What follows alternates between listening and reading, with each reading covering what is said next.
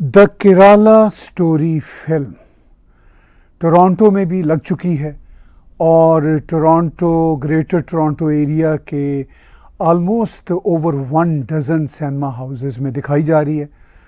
इसी गुजर जाने वाले वीकेंड पर हिंदू फोरम कनाडा ने भी एक स्क्रीनिंग का इंतज़ाम किया। मैं उस फिल्म को देखने गया। चूँकि इस फिल्म के बारे में बहुत सारी controversies quote unquote social media पे सुनने को मिल रही थी और बहुत सारी अप्रिसिएशन भी हम तक पहुंच रही थी, तो मैंने कहा फिल्म को ख़ुद से देखा जाए। इस फिल्म को देखा, बहुत बढ़िया फिल्म है, बहुत ही सेंसिटिव इशू पे है और इस पे मैं मज़ीद खुल के बातचीत करूँगा। इसके कई एस्पेक्ट्स के हवाले से बातचीत करूँगा, लेकिन सबसे पहले आज ही ANI पर एक छोटा सा वीडियो क्लिप इस फिल्म की हीरोइन अदा शर्मा जी का देखा। मैं उसका एक टुकड़ा पहले आपके साथ शेयर करना चाहता हूँ। ये फिल्म को सभी ने प्रमोट किया है, प्रधानमंत्री से लेके अ कॉमन मैन। काफ़ी डिस्टर्बिंग सीन्स है मेरे मूवी में, so of course for my mom it will be more difficult. तो सब इस फिल्म का हिस्सा बन चुके हैं। You know, it's like the whole world is almost becoming part of this film. ये शुरुआत है, आई डोंट नो अंत कहाँ होगी। I hope we have created something that will really help one step in the right direction terrorism के खिलाफ। इसी video clip में एक्ट्रेस अदा शर्मा ने एक सहाफ़ी, एक जर्नलिस्ट नेओमी कैंटन जी का जिक्र किया है। उन्होंने कहा कि उनका जो ट्वीट है वो इस फिल्म के बारे में बहुत सारी बातें कहता है और वो ट्वीट मैंने भी रीट्वीट किया था और मैं उसके कुछ टुकड़े आपके साथ पढ़ता हूँ और फिर उसके बाद अपनी कमेंट्री भी शामिल करूँगा और उस ट्वीट के साथ साथ भी मेरी कमेंट्री आएगी। तो नेओमी कैंटन ने बहुत अच्छे अंदाज से लिखा कि just seen the movie the Kerala story at the cinema in the UK. It is an excellent film that probes what happens when women marry ISIS fighters. Not seen any films like this. To call it a propaganda film is complete nonsense and is itself false propaganda. It could have been a Muslim or non-Muslim women who married these ISIS fighters. अभी मैंने उनकी tweet का कुछ हिस्सा पढ़ा है और मैं कुछ हिस्से आगे जाकर भी पढ़ूंगा। उनकी ट्वीट में वाकई ही बहुत इंपॉर्टेंट बातें हैं। जब वो अपने पहले हिस्से में कहती हैं कि इस फिल्म को प्रोपेगेंडा कहने वाले खुद प्रोपेगेंडा कर रहे हैं, बहुत ही उन्होंने बारीक बात की और बिल्कुल दुरुस्त बात की। इसमें कोई शक नहीं कि जो कोई भी इस फिल्म को प्रोपेगेंडा कहेगा वो खुद प्रोपेगेंडा कर रहा है इस रियलिटी के खिलाफ। अब ये फिल्म बुनियादी तौर पर है क्या, या इस फिल्म पे जो एतराज़ उठाया गया वो क्या था? फिल्म बुनियादी तौर पर आइसिस फाइटर्स यानी खिलाफत इस्लामिया के जो सैवेज ब्रूटल लोग थे, उनको जो औरतें लड़कियां जा रही थीं, जिनको सेक्स स्लेव्स के नाम से पूरी दुनिया जानती है। सिर्फ वेस्टर्न वर्ल्ड ही उनको सेक्स स्लेव्स नहीं लिखता था, टर्की भी लिखता था, सीरिया भी लिखता था, इवन बहुत सारे इस्लामिक कंट्रीज भी कहते थे। तो इस फिल्म में उस बात को हाईलाइट किया गया। अब जो भारत के सो कॉल्ड सिविल लिबर्टीज़ के जो ग्रुप हैं वो इस बात को ले उड़े कि जी ये इस फिल्म में 30 या 32,000 की जो बात की है नंबर्स की, वो गलत है, वो एग्जेजरेशन है। भाई वो तो ओवरऑल आइसिस को जो ज्वाइन लोगों ने किया था वो 30,000+ लोगों ने किया था। अब ये कहानी, ये फिल्म है, ये कोई डॉक्यूमेंट्री नहीं है। ये बात नेओमी ने भी अपनी ट्वीट में आगे जाके की है, मैं भी इसको इंडोर्स कर रहा हूँ। बहरहाल ये 3 लड़कियों की कहानी है जिसमें एक क्रिश्चियन लड़की, 2 हिंदू लड़की और तीनों लड़कियां इस फिक्शनल स्टोरी में जो फैक्ट भी है उसमें एक मुस्लिम लड़की के बहकावे में आके रेडिकलाइज होती हैं, कन्वर्ट टू इस्लाम होती हैं, उनकी कहानी है। ये 3 लड़कियों की कहानी है। 3 लड़कियां कोई कम नहीं होती। एक लड़की भी अगर ये कहानी हो तो वो भी कम नहीं है। ये दिल दहला देने वाली है। मैं इधर कनाडा में बैठा हुआ हूँ, यहाँ कनाडा से एटलीस्ट 50+ लड़कियां गई, एटलीस्ट, और 200 के करीब एटलीस्ट लड़के गए। ये वो नंबर्स हैं जो यहाँ से टर्की गए, टर्की से सीरिया गए, जो पाकिस्तान चले गए, वहाँ से जहाद का जज्बा लेके अफ़गानिस्तान चले गए। शायद वो नंबर इसमें शामिल नहीं है। मैं ऐसी बच्चियों के बापों को भी जानता हूँ जिनकी बच्चियाँ गई। एज अ जर्नलिस्ट उन लोगों ने राब्ता किया। तो वो लोग भारत में जो alt media type fact check quote unquote चलाते हैं, वो बड़े मुंह खोल के आसानी से बात कर देते हैं कि जी इस फिल्म में झूठ है, इस फिल्म में एग्जेजरेशन है। I am talking about Canadian realities. Bharat में तो शायद नंबर भी ठीक से काउंट नहीं होते, इतने लोगों का बड़ा देश है। चलिए, ये 3 लोगों की कहानियाँ सही जो रियलिटी थी, जिसको राइटर ने लिखा, जिसको डायरेक्टर ने डायरेक्ट किया, वो फैमिलीज़ भी मौजूद हैं। वो उनमें से एक लड़के का अभी भी जो बताया जाता है केरला में पिज़्ज़े का कारोबार है। ये तो सिचुएशन है, वहाँ पे ग्राउंड रियलिटी है। अब आप सिर्फ नंबर को पकड़ लें और कहें कि नहीं ये नंबर गलत थे और ये ऐसा नहीं होता। मैं तो अभी इस केरला स्टोरी को लव जहाद के जो इशू है उसके साथ भी मिलाऊंगा, लेकिन मैं चाहूँगा कि मिस नोमी कैंटन की ट्वीट को थोड़ा सा और पढ़ूं।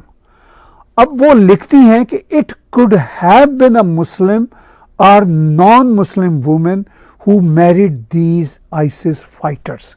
मैं इस सेंटेंस पे रुकता हूँ, थोड़ी सी बात करता हूँ। ये बड़ी इंपॉर्टेंट बात की है।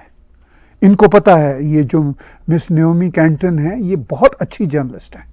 मैं इनको ट्विटर पे फॉलो करता रहता हूँ और इनके काम को भी थोड़ा बहुत देखता रहता हूँ।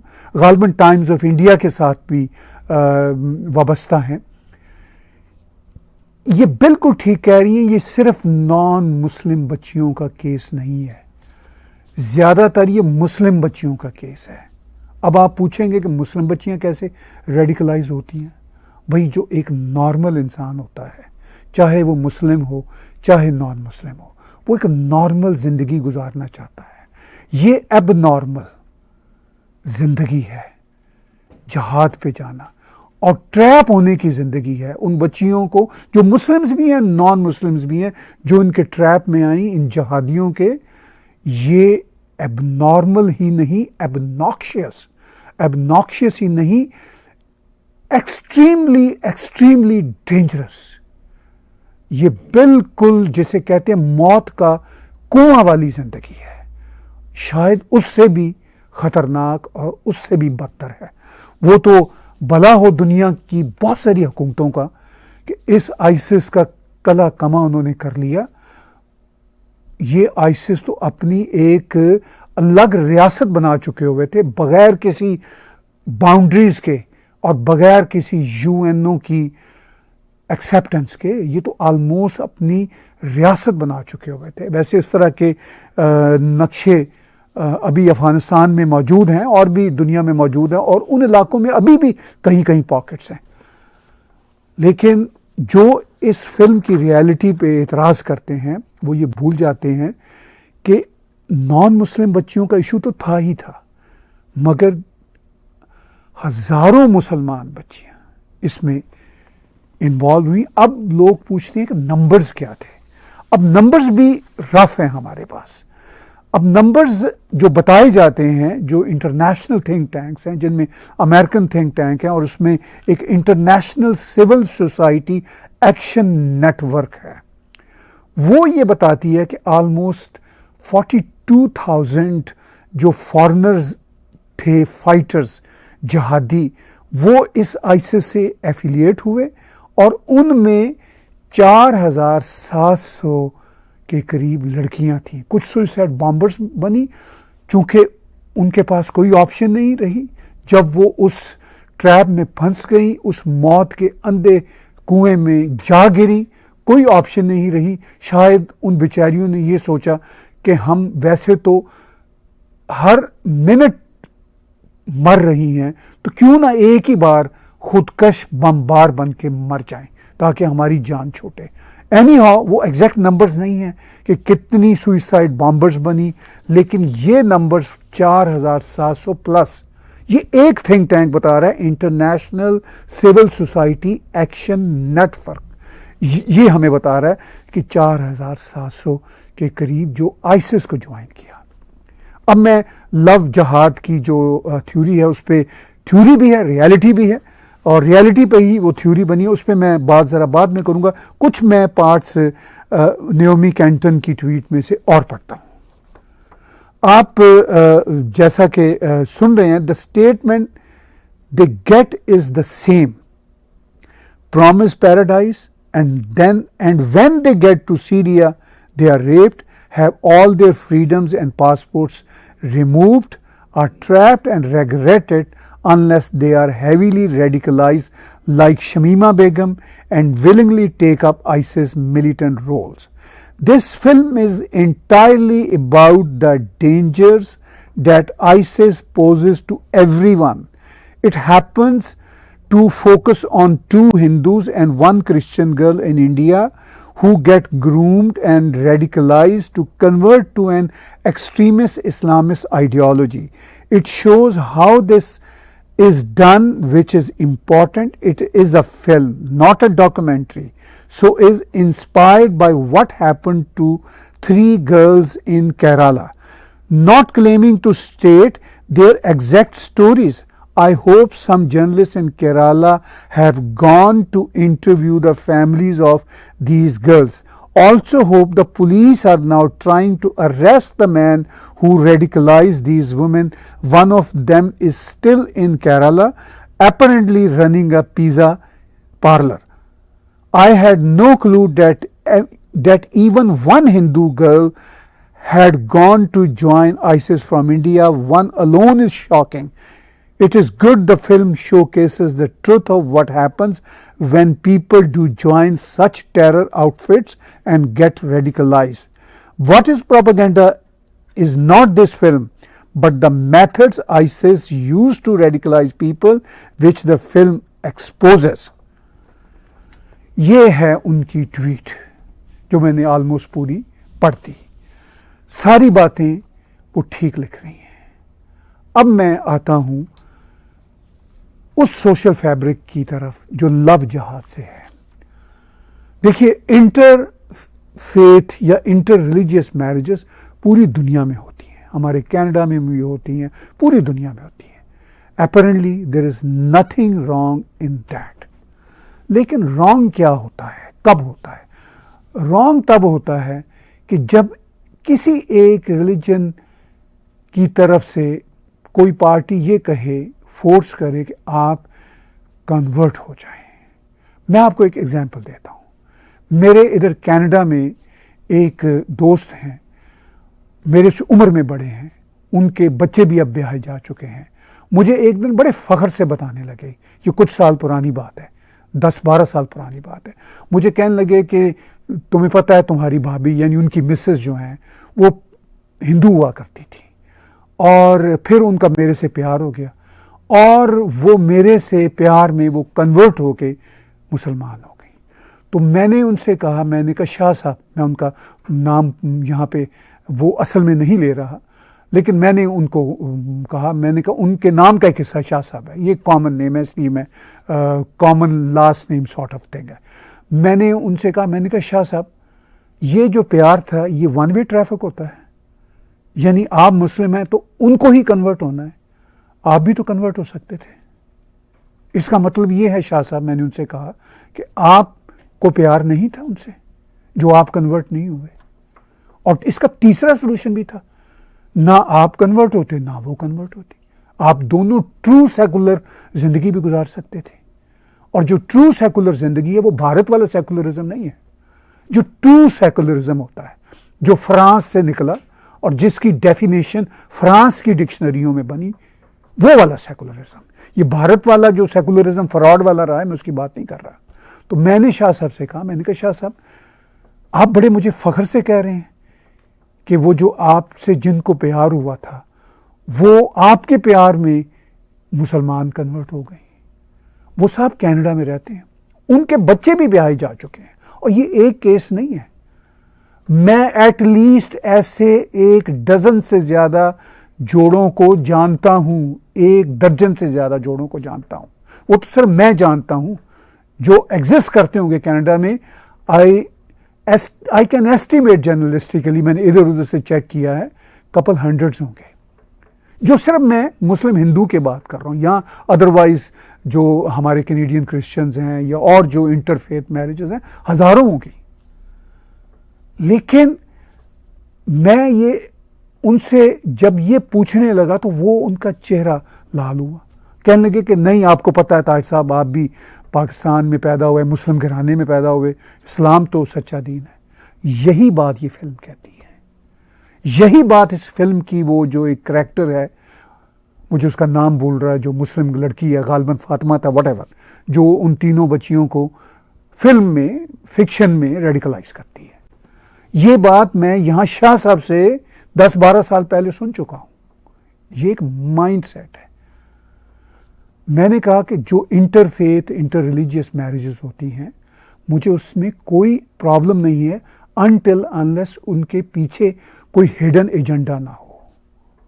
अच्छा, ना भी हिडन एजेंडा हो, जैसे वो शाह साहब हैं, शाह साहब का मैं कह सकता हूं कि उनका हिडन एजेंडा नहीं था, कोई उन्होंने जहाद पे लेके नहीं जाना था।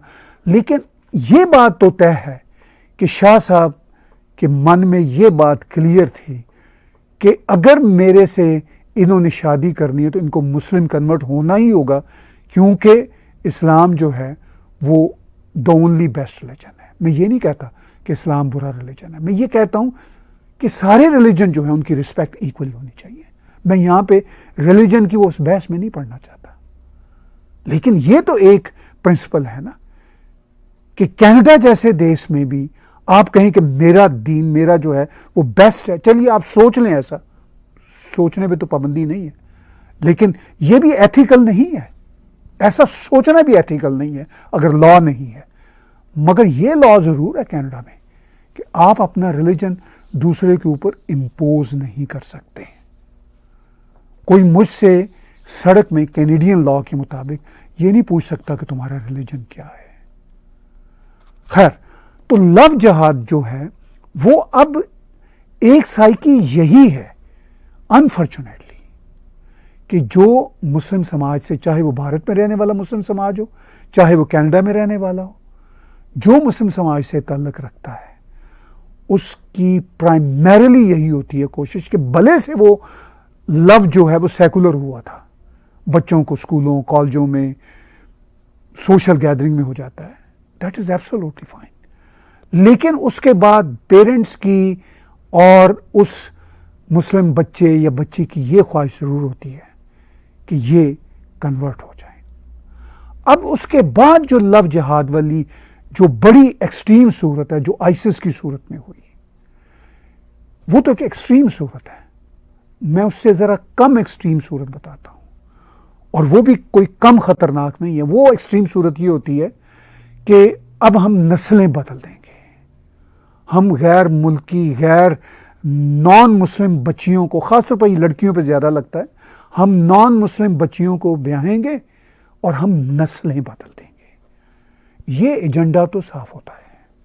चलिए, इससे भी ज़रा लीस्ट हार्मफुल एक और एजेंडा भी होता है कि चलिए वो ये ना कहें नस्लें बदल देंगे, हम ये तो पक्का होता है कि कन्वर्ट कर देंगे। यानी जो लीस्ट हार्मफुल भी है वो भी ह्यूमैनिटी की नज़र में बहुत ज़्यादा हार्मफुल है, क्योंकि ये जो रवैया है, ये जो जज्बा है, ये बुनियादी तौर पर ही ह्यूमैनिटी के ख़िलाफ़ है। मैं जानता हूँ भारत में मेरे सैकड़ों दोस्त ऐसे हैं जिनकी इंटर रिलीजियस मैरिजेस हुई हैं, या तो खातून मुस्लिम होती हैं या बंदा मुस्लिम होता है, आदमी मुस्लिम होता है, और वाइस वर्सा उधर खातून हिंदू होती हैं या सिख होती हैं या क्रिश्चियन होती हैं, या जो लड़का है, आदमी है, वो क्रिश्चियन या हिंदू या सिख होता है। इस तरह के हजारों जो हैं एग्जाम्पल्स भारत में हैं, और उनमें से बहुत सारे एग्जाम्पल जो हैं बड़ी अच्छी ज़िंदगी गुजार रहे हैं, सेकुलर ज़िंदगी गुजार रहे हैं। मैं उनको सलाम पेश करता हूँ, जो एक दूसरे के ऊपर धर्म को इम्पोज नहीं करते, जो एक दूसरे को कन्वर्ट नहीं करते। मैं जानता हूँ ऐसे हज़ारों परिवार भारत की 1.4 बिलियन पॉपुलेशन में हैं, बल्कि चंद लाख भी होंगे तो मुझे कोई उसमें शौक नहीं होगा। दर्जन भर तो मैं ही जानता हूँ, बल्कि दर्जन भर क्या 25-30 तो मैं ही जानता हूँ अपने क्लोज सर्कल्स में, and they are living wonderful secular lives.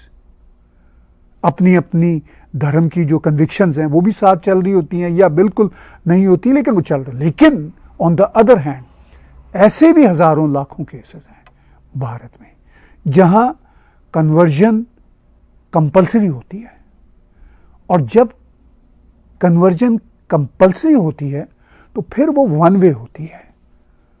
वो फिर इस्लाम में ही कन्वर्ट होना होता है, किसी और में कन्वर्ट होने का चांस नहीं होता, वो बहुत कम चांस होता है, होंगे कोई 2-4 केस। तो ये एक रियलिटी है, ये लीस्ट हार्मफुल है अपरेंटली, मगर ये भी सोशल फैब्रिक को और ह्यूमन एथिक्स को बर्बाद कर देने के लिए बहुत काफ़ी रवैया है। ये रवैया भी अच्छा नहीं है जो लीस्ट हार्मफुल है, और इसके ऊपर के लेवल का जो है कि हमने नस्लें बदल देनी है, वो तो इंतहाई घटिया रवैया है, इंतहाई घटिया माइंडसेट है। और उसके ऊपर ये जो जिहादी स्लेव बनाने का, जिहादी सेक्स स्लेव बनाने का जो रवैया है, ये ऐसा नहीं कि आईसिस के ख़त्म हो जाने से, आईसिस अभी मुकम्मल ख़त्म नहीं हुई बाय द वे, अभी भी उनके रेमिनेंट्स दुनिया में पड़े हुए हैं और भारत में भी उनके सपोर्टर बैठे हुए हैं। वो जो रवैया है वो तो क्राइम है। वैसे तो पिछले 2 रवैये भी क्राइम है, मगर वो एक हाईएस्ट लेवल का क्राइम है, और उसको डील करना होगा, यूएनओ को करना चाहिए। अगर ना भी कर सकें तो करना चाहिए, अदरवाइज़ पूरी दुनिया को मिलकर इस कैंसर से नजात हासिल करना होगी। और केराला स्टोरी जो मूवी है वो उसी रियलिटी की हमें स्टोरी सुनाती है, और ये फ़िल्म देखने के लायक है, ज़रूर देखने चाहिए। और इस फिल्म के देखने के बाद और भी कई सारी बहसें जन्म लेंगी, और हम भी टैग टीवी पर इन मौज़ूआत पर खुल के बातचीत करते रहेंगे। टैग टीवी के यूट्यूब चैनल को सब्सक्राइब कीजिए, और इसके साथ साथ आप हमें कंट्रीब्यूट कर सकें, डोनेट कर सकें, तो इसी यूट्यूब के चैनल पे डोनेट के बटन को क्लिक करेंगे तो आप हमें पैट्रियन, पेपॉल और क्रेडिट कार्ड के ज़रिए कंट्रीब्यूट कर सकते हैं। और आप हमारी ऐप्स भी डाउनलोड कीजिए, एंड्रॉयड, अमेज़ॉन, एप्पल और रॉको पे, और you can watch us through our apps 24/7. Thank you for watching today's Tag TV commentary with me.